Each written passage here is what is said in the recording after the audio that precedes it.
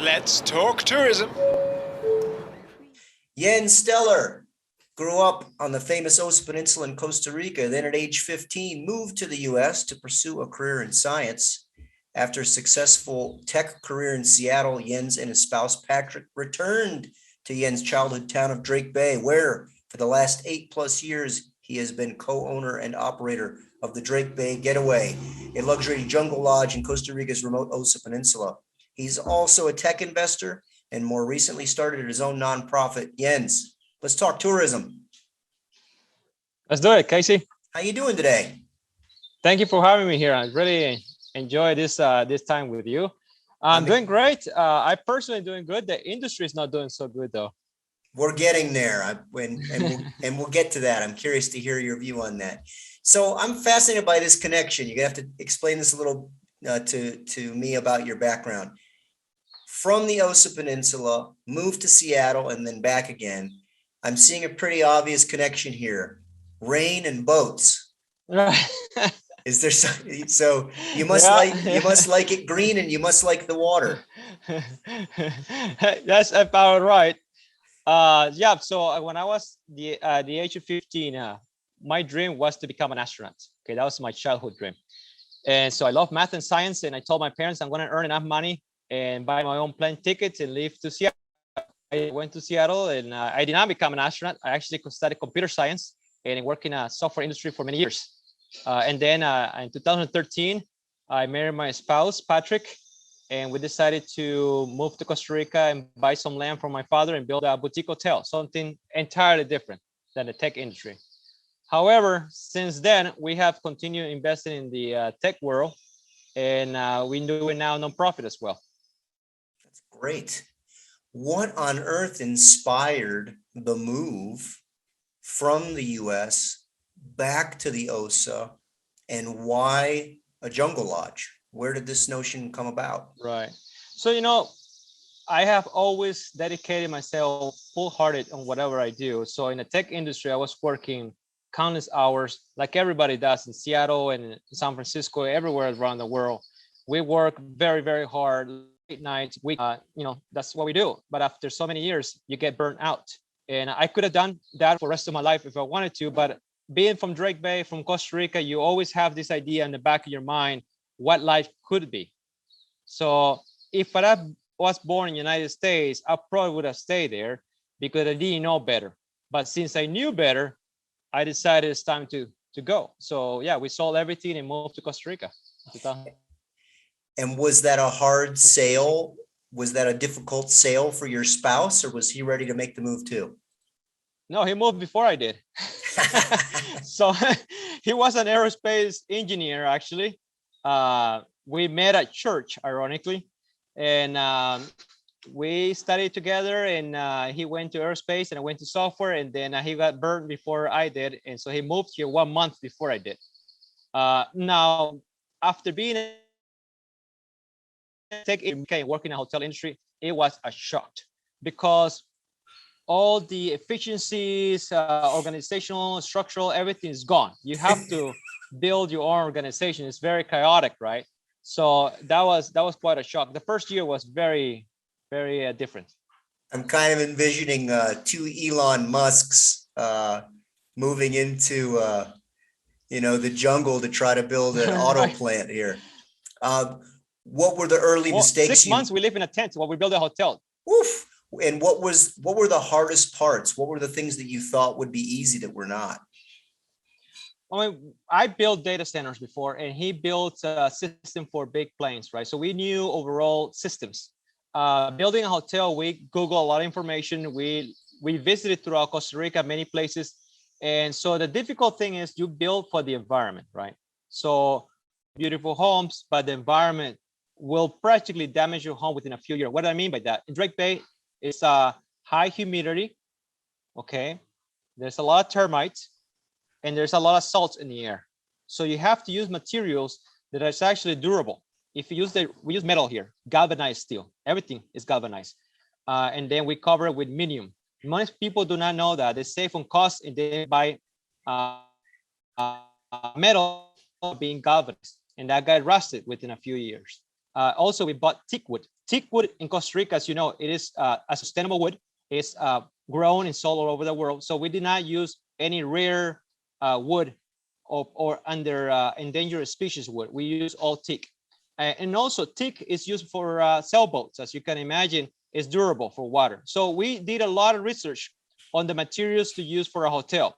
We used very little cement because we didn't want to use cement. Cement is not really considered sustainable. So we did a lot of research on that, and we built a very beautiful hotel. And people from all over the world come here to see it. Now, we made some mistakes. We made some major mistakes. One of them was we built a butterfly farm. We actually invested about $30,000. We got permit from Minai. We got a biologist. We got everything perfect. And we thought, in Drake Bay, there's not much entertainment besides all the tours. It's big farm in Drake Bay. Well, little we know that people didn't want to pay to come in. They want to come in for free. So that was a very cost mistake. We thought we could make some money to pay for maintenance, but it would turn out to be that way. So that was a $30,000 mistake. Also, when we built a hotel, we're budget-wise, we were 20%, I would say, over budget when we finished. That's because pretty good. Getting stuff, well, yeah, kind of. Getting stuff to Drake Bay back in the day, hard, easier, but it's really, really hard to get things in Drake Bay. The road is not paved. They are narrow. You have to cross rivers. So that part was a bit challenging too. If you were to do it again, or if you were to have other friends who were thinking about making the move to Costa Rica to build a boutique hotel, what advice would you give them? Besides, don't do it. So, right. No, it's actually, if you have the money, if you got the money, you could definitely do it. I mean, it's really fun to do, but I would say make a boutique hotel, build a small boutique hotel, and don't build too many rooms because that requires a lot of employees, a lot of maintenance. It's not very much fun. If you're doing something for fun, you might make it small and luxurious as much as you can, right? And be sustainable. That's my recommendation. I think a lot of people make mistakes of building too many cabins, too many bedrooms. Unless you are a corporation and you're just doing it solo, do it small and beautiful. That's my recommendation for people. But also the most important thing, like I was saying, is make sure you build for the environment, right? Don't build some huge hotel here or something with a lot of cement when it's supposed to be sustainable. You got really trying to be building something that goes along where you're at. You have been in business for almost 10 years now, correct? 2013, so 7 years. Yeah. Okay. What's the most rewarding part of the job? I think that's a really good question. There are multiple things. See, one of them is the relationship you create with people to come to your hotel. I mean, now has grown huge. We have so many friends from all over the world, and then we go and visit them. We go to Europe, we stay practically for free. We stay with friends over there. When we're in the United States, we stay many places for free because our guests, many of them go from guests to close friends.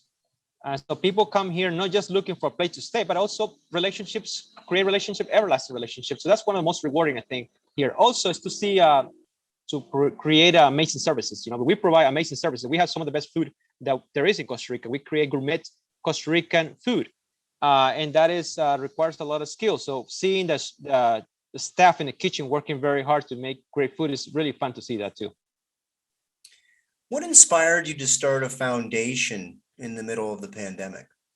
So the foundation, actually, we started it before. We were so busy that we did not get started until the pandemic hit, because then we had so much time, right, in our hands. Because the country shut down in March, I believe, last year. And so we decided now's the time to actually do something with the foundation. So in 2019, we had the foundation established and approved by the IRS to be a charitable foundation. So it's a US-based legal foundation, but we didn't use it until in March when the country shut down. So immediately what we did is we saw a big need in Drake Bay. So Drake Bay, I would say nearly everything depends on tourism. When the country shut down, many people got laid off. Tour guides didn't have any jobs. It was really sad to see that. And obviously Costa Rica, being a poor country, could not support everyone in Drake Bay. So People had to grow their own things. They got some money, but it was so little that they couldn't afford to buy all the food. So what we did immediately, we decided, hey, why don't we raise some quick money? And why don't we put people to work? So we raised about $40,000 last year, mostly from our guests, and then from corporations like Google, Apple, Facebook. They all donated to Intel, and HP donated to our foundation. In fact, HP and Intel, some of the corporations that continue to support us in a monthly basis since then. So what we did is we created trails, clean the beach, clean the schools. So we put people to work in exchange of food and other things that we provided through the foundation. So instead of giving free food, we put people to work. And you know what? It was a good way to use the money. So I mean, lesson learned for the government of Costa Rica and for government all over the world. Instead of sending free money to people to stay home and do nothing, people are willing to do work for that money. We have lots of information on our website about what things we did, but it was amazing to see that coming together. It is unbelievable what the community did last year. Well, that's wonderful. Outstanding work. Thank you. And I really hope that, you know, nonprofit-y, charitable, not necessarily going to the bottom line type work has always been somewhat a part of a lot of sustainable tourism efforts. But now I think we're seeing post-pandemic how essential it is to sort of have that arm that you can activate when necessary. So also, Casey, one thing that's really important, you've been in Costa Rica for a long time. I was pretty shocked that in Costa Rica, a lot of foundations are dedicated to conservation, to nature, to animals. So we specifically created a foundation is humanitarian. When we created the foundation before the pandemic, let's create something that actually look after the people, not the nature. Well, and then the irony, because people look after the nature. Well, you stole my thought. I mean, ironically, and the OSA has always been the case study for this, is when the people are not taken care of, that's when they hunt the turtle instead of Right. protecting the turtle. Correct. That's when things get deforested to burn for firewood instead of protecting it. So it's so essential that the people Correct. are taken care of so that they can in turn protect the destination. Correct. That's exactly my thoughts. What have you had any other sort of pandemic revelations? Anything that really became abundantly clear to you aside Right. from the foundation, the humanitarian side? Absolutely. I mean, a town like Drake Bay, where there's nearly everything dependent on tourism, and it's so remote, and the government provides some services, but not much services. Typically, people are self-sufficient here. But you realize being in this town, that this town, in any town in Costa Rica or anywhere in the world, you cannot be solely depending on tourism. I mean, solely depending on tourism could be devastating. You know, I'm actually very happy to see high-tech expanding their footprint in Costa Rica, like Amazon. I know they may or may not have a good rep, but actually they provide jobs. Intel, HP, many other high-tech companies.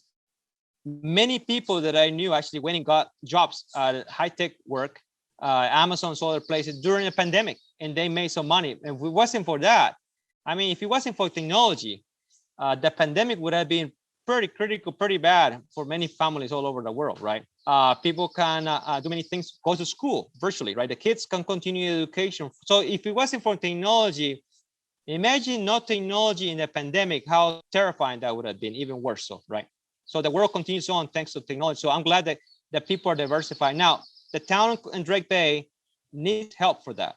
We need the government to provide ways that the town can actually have jobs other than tourism. Now, agriculture is not a thing here. And agriculture was a good thing to be involved in a pandemic because actually there was a lot more consumption somehow. I think Costa Rica did a lot more export than ever during pandemic. And I think agriculture is not a big deal. It's not a good thing here because we protect nature. Okay, we cannot cut trees and plant plants to be exported all over the world. We cannot do that. So we have to preserve, but high-tech jobs, you can do it from home. So we need better internet, high-speed internet. We need to provide people with training so they can actually create, better resumes and send it out to high-tech jobs so they can diversify their life, not just depending on tourism, because it was very scary to see that tour guides, no jobs, boat captains, no job, hotels laying off people. That in Drake Bay, if you were here, it was pretty devastating. Jens, what percentage of employment would you estimate is in tourism in the Drake Bay area? In Drake Bay area, I think everything is spent from tourism, all the hotels. So we are all boutique hotels. There are several of them here, and small. And biggest one I think in Drake Bay may have maybe rooms, but we are many of those us here. Now I think that if it wasn't for hotel, this place wouldn't exist. Period. Right? Fishing, for example, fishing. The people who go fishing every day, they sell the fish to the hotels. The people who have boats provide services to hotels. People who are taxi drivers provide services to hotel. Everything here really depends on the hotel. So not everybody works directly in the hotel, but everyone depends on the hotel jobs. Does that make any sense? Of course. The Osa Peninsula, Drake Bay in general, is probably the closest thing Costa Rica has to the postcard image of paradise. Right. It's also so remote that it basically functions like an island. Correct. So developing the Osa correctly seems to be an absolute critical job for Costa Rica over the next 2 decades. It would not be that Correct. difficult to colossally screw up Correct. the amazingness Correct. that is there. How would you suggest, what kind of legislation or protections or development master plan do we need for the Drake Bay and Osa area? I'm actually very glad you actually asked this question, because this is one of the most controversial questions there is out there. So, Casey, I'm not sure if you've been here lately, but Drake Bay and the entire Osa Peninsula, its development is continuously every day. There are new constructions going on, the new roads, new bridges, there are new homes. Now, whether or not the government support it is happening. Okay, this is what people don't realize. In fact, we had some government officials that came here recently this year, and they to my hotel, and they told me, "Oh my gosh, I didn't know Drake Bay had a whole town." I'm like, "Yeah, we had a whole town here. We have 2,000 people living in Drake Bay." They were pretty shocked. They thought it was just a 1 or 2 or 3 hotels here, and that's it. No, it is actually growing, and every day it's growing. Whether it's legal or illegal, it's happening. Whether the government wants it or not, it's happening. In fact, Puerto Jimenez has the first Hilton garden built right now. I'm not sure if you knew that. And it's actually, I mean, I'm nothing against it, by the way. I'm nothing against development. I have zero issues with that. What I have against is anything that is not sustainable. Now, I think it's awesome that the Hilton hotel is being developed in Puerto Jimenez. I have seen, I've flown over it.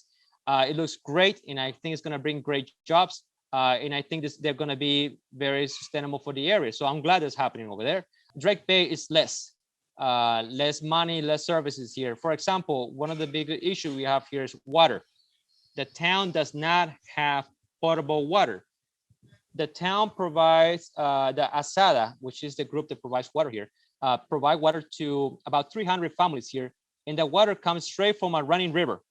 Why is it happening? Because there's not enough money. I guess government is not paying so much attention, or have not paid attention so much in the past. I think the government is finally starting to pay attention to Drake Bay into the area. Now, as far as regulation, right about 85% of the entire land right now in Osa that people live on does not have title. So if the reason Drake Bay and Osa Peninsula has not grown huge is because, let's say, anyone come here to buy property.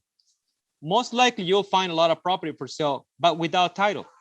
It is owned by either INDER is an organization they have been around forever in Costa Rica, MINAI, which is another big organization that have been around for a long time. So either most land is owned by MINAI or INDER. And guess what? Most people live on those land today. They have built homes, they have building hotels, and they don't have title. So that's what's happening right now. And MINAI trying to do something about it, but it's a really tricky business. So the government of Costa Rica has not given them titles. That's the biggest problem here. Is town is growing whether or not the government wants it, and it's growing whether or not they have title on the property. So very few people have title. So the thing they need to do is figure this out on the land permitting. So there's a very big opportunity here. If the government were to regulate property better and allow constructions to happen here regulated, I think they can use OSA to actually make a lot of money. I mean, OSA is not very developed. There's a lot of land already clear. Lots and lots of land is already clear. It's not jungle, but it's not developed. It will be developed whether the government wants it or not. I think that government is not being very smart taxing people here. Most people, since 85% of people don't have title, guess what? They don't pay tax. Why? Because they don't have title. Right. So it is a very strange situation here. I think the government, for some reason, the government has not been able to figure this out. As a person a person who invests a lot and come from United States, I think that America needs to stop and think how they can see OSA as a way to generate money for the country, instead of seeing OSA as a cost. Because right now, I'm sure they see OSA like Corcovado National Park is a cost, right? Infrastructure is a cost. But they actually should use OSA to generate money. You know, that's the biggest thing, is figure out this land permitting issue. That's the biggest problem right now. It's incredible the development is going on with or without permitting. Great point. Post-pandemic, travelers are finally starting to trickle back into Costa Rica and make their way down to the Osa Peninsula and to your lodge. Are you seeing any changes in traveler habits, traveler interests, traveler wants? Do you think anything's going to change? You know, I think, but I hope, seeing in Costa Rica before the pandemic and after the pandemic, to be honest, there's some amazing things. For example, public bathrooms are cleaner. I've never seen so many clean public bathrooms in Costa Rica, in a gas station specifically, until now. I mean, I don't know if you noticed the same thing in San Jose, but people are really paying attention to hygiene, and I'm shocked. So I think that's a big plus, right? Seeing hotels, restaurants, and public services companies actually caring more about hygiene and guest demand, I think, in a way, places to be clean. I think that's something that comes to mind, right? Where you touch your mouth, you touch, doorknobs, stuff like that. I think hygiene is now becomes a top priority, and I think it will continue being for a long, long time. Remember 9/11, right? Security became a priority, and you didn't used to take your shoes off. You didn't used to do many things with you. And after 9/11, they implemented many regulations, and you had to do those things. And you thought, hey, maybe go away. Well, 2011, and now it's still doing those things. We still take our shoes off to go to the airport in the United States. We still do many things that it was created because of 9/11. I think it's gonna see the same. We're gonna see the same thing in the travel industry because of COVID. Hygiene and many other things will stay here for many, many, many years and will not go away. I think it's a good thing. I think hotels need to plan better on better budgeting, because before they may not dedicate so much money for hygiene, but now it has to be. They have to be very careful with that. Last question before I let you go. If there's any place in Costa Rica that epitomizes the word Pura Vida, it's got to be the Drake Bay. And as someone who's grew up there, left, and came back again, I'm sure that Pura Vida has a lot of different meanings for you. Right. How do you describe that word to people? What does that phrase mean? I think that people use the word Pura Vida loosely overall in Costa Rica. But I think foreigners may not get that word Pura Vida very well, but I want to try to give it a best shot, okay? All right. I think Pura Vida literally pure life, right? But what does it mean, pure life, right? I think for me, Pura Vida is like Hakuna Matata, the movie The Lion King, right? Sure. When you just, Hakuna Matata means you just let go and be happy, don't worries. That's practically the same thing what we're saying, we say Pura Vida, is life is good. We have, obviously, life is not always good. But you learn that over time that, yeah, there are bigger things in life. You shouldn't be worrying about the little things, how much money you have, all the little things. I don't know. In life means you got to let go. Just enjoy life, enjoy the moment. Doesn't mean you're going to stop working and being responsible, but it means that it's all about your stress in your mind, right? most people in the world, I think, spend too much time stressing over things. I think people need to be just taking care of things and just be pura vida. Completely agree. Jens, it has been a pleasure. You've got an amazing story. You guys are doing great stuff down there. Best of luck in the recovery. Thank you. Bye. Have a great day. Let's talk tourism.